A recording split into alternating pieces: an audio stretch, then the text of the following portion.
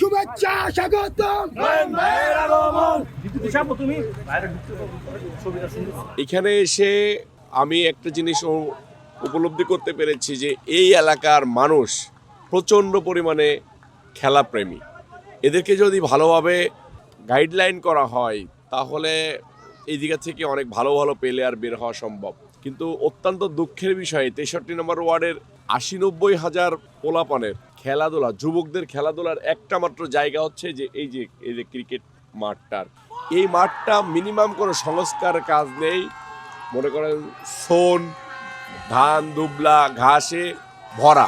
ঠিক একইভাবে পাশে দেখেন যে জায়গা জমি মানে অনেক জায়গা মিলে ঢাকা সিটি কর্পোরেশন, দক্ষিণ সিটি কর্পোরেশনের ময়লা আবর্জনা ফেলে রেখেছে। এখান থেকে প্রচণ্ড পরিমাণে ইথেন গ্যাস বের হয়, যেটার জন্য মনে করেন বাচ্চাদেরকে মা বাবা খেলতে আসতে দিতে চায় না, যে ওই ময়লার গন্ধে আমার বাচ্চাটা অসুস্থ হয়ে যেতে পারে।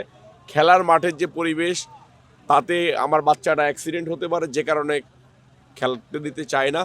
আমি সংশ্লিষ্ট মন্ত্রণালয়ের, ক্রীড়া মন্ত্রণালয়ের প্রতিমন্ত্রী জনাব আমিনুল ভাই, উনি একজন খেলাধুলা প্রেমী মানুষ, উনি জাতীয় টিমের খেলোয়াড় ছিলেন, এবং ঢাকা মহানগর দক্ষিণের যে প্রশাসক উনিও খেলাধুলা প্রেমী মানুষ, উনি বিভিন্ন ক্লাবের সভাপতি সাধারণ সম্পাদক হয়ে আছেন।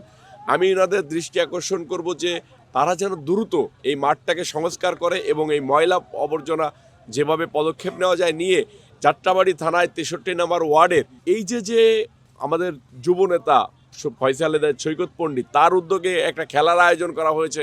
এখানে মানুষ খেলতে চায়, এখানে মানুষ আসতে চায়। এখানে তারেক রহমান সাহেবের যে ভীষণ মিশন যে মানুষকে খেলা উপযোগী করে তুলতে হবে তরুণ যুবকদেরকে, আমাদের হয়তোবা সেই মিশনটা সাকসেসফুল হবে যদি এই মাঠটা দ্রুত সংস্কারের কাজ শেষ হয় এবং এই ময়লাগুলার বজ্রগুলা সরায় নিয়ে যাওয়া হয়।